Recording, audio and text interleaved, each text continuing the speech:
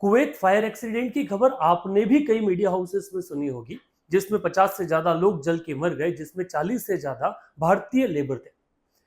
इसे हम कितना भी एक्सीडेंट का नाम दे ले, पर लगातार हो रही ये घटना एक्सीडेंट नहीं, एक मर्डर की श्रेणी में आता है। ये जो जीसीसी कंट्रीज है, जो वेल डेवलप्ड है, जहां पैसा काफी है, उनकी इंडिजीनियस लेबर नहीं है। वहां ऑयल एक्सप्लोरेशन से लेके माइनिंग या फिर और कंस्ट्रक्शन एक्टिविटीज के लिए वो लेबर के लिए डिपेंडेंट है। हाई पॉपुलेशन नेशंस जैसे इंडिया, बांग्लादेश या पाकिस्तान हुए, ये लोग जब वहां जाते हैं तो इनके साथ बड़ा इनह्यूमन बिहेवियर होता है।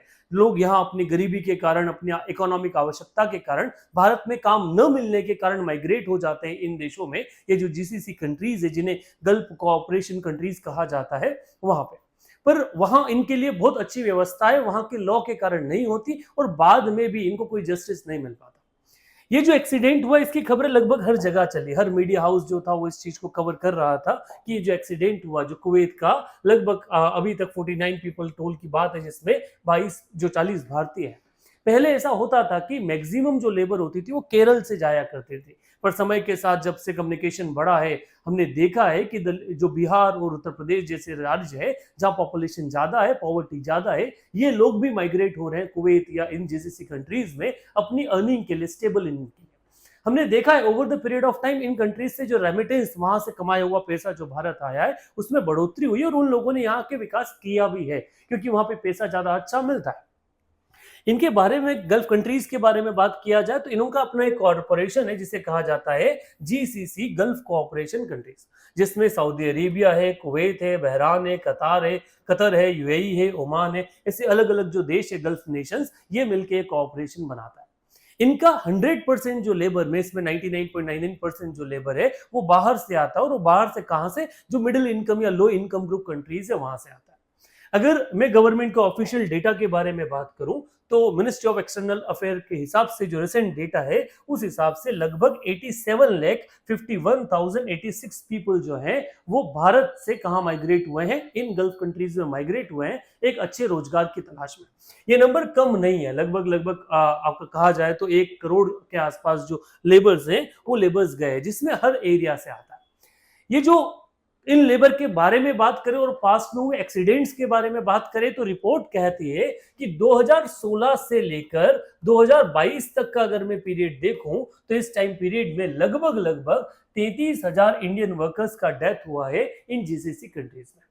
डेथ का कॉज क्या है? डेथ का कॉज है फायर। फायर किस कारण से? क्योंकि या तो जो कंपनीज है वहां पे सेफ्टी मेजर्स उतने नहीं थे, उस कारण से, या फिर कोई मेजर एक्सीडेंट, कोई जो माइन है उसका कोलैप्स हो जाना, फ्लड हो जाना, या फिर जहां ये लोग रहते हैं वहां पर कोई आगजनी या एक्सीडेंट हो जाना, जिस कारण से जो डेथ है ये हो रहा है।